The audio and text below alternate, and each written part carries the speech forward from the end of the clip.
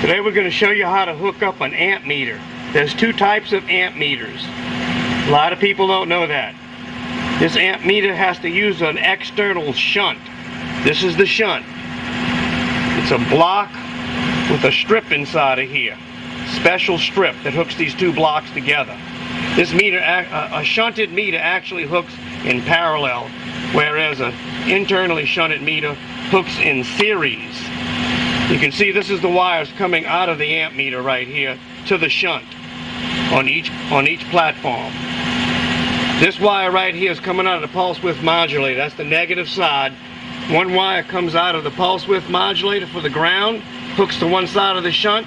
The other side of the shunt goes down to the hydrogen fuel cell, and it measures the amp draw of that fuel cell.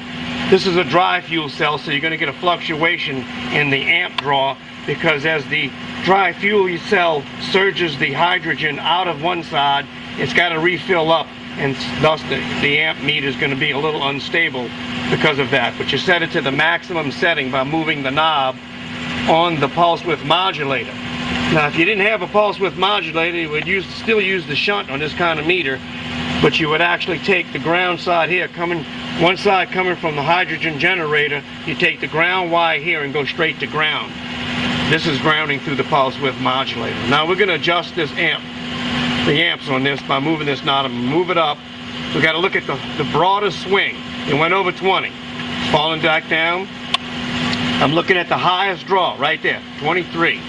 So we want to keep this one here about 21 is what this is rated for. With about 19 to 18. 18 to 19 is what we want.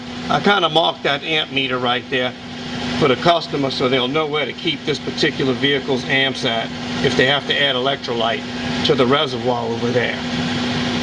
So we got it basically right there, about 19, 18 amps at the highest swing. Okay. Now once again, this is one way you can tell that this is an external amp meter that uses a shunt. In other words, there's an external shunt. Like I said, this is the shunt that has to be used with the amp meter. If you hook this amp meter up without this shunt in series, the amp meter will blow. That's happened.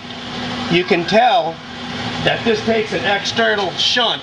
There's a little icon on the front of the lens, or the front of the meter. It shows an electronic shunt diagram. That means this meter has an external shunt needed to operate. On our internet, we show this depicted on the typical wiring diagram for pulse width modulator. We show this amp meter in line, two types, the internal shunt and the external shunt meter. Now, if this was this had an internal shunt, you take the two posts on the back of the amp meter and just hook it in series. You'd hook the ground wire, you hook one wire to one post and the other wire to the other post. No shunt in between.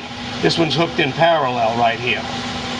The wires here, like I said, going to the pulse width modulator. This goes to the hydrogen generator, and this is just tied into those two posts.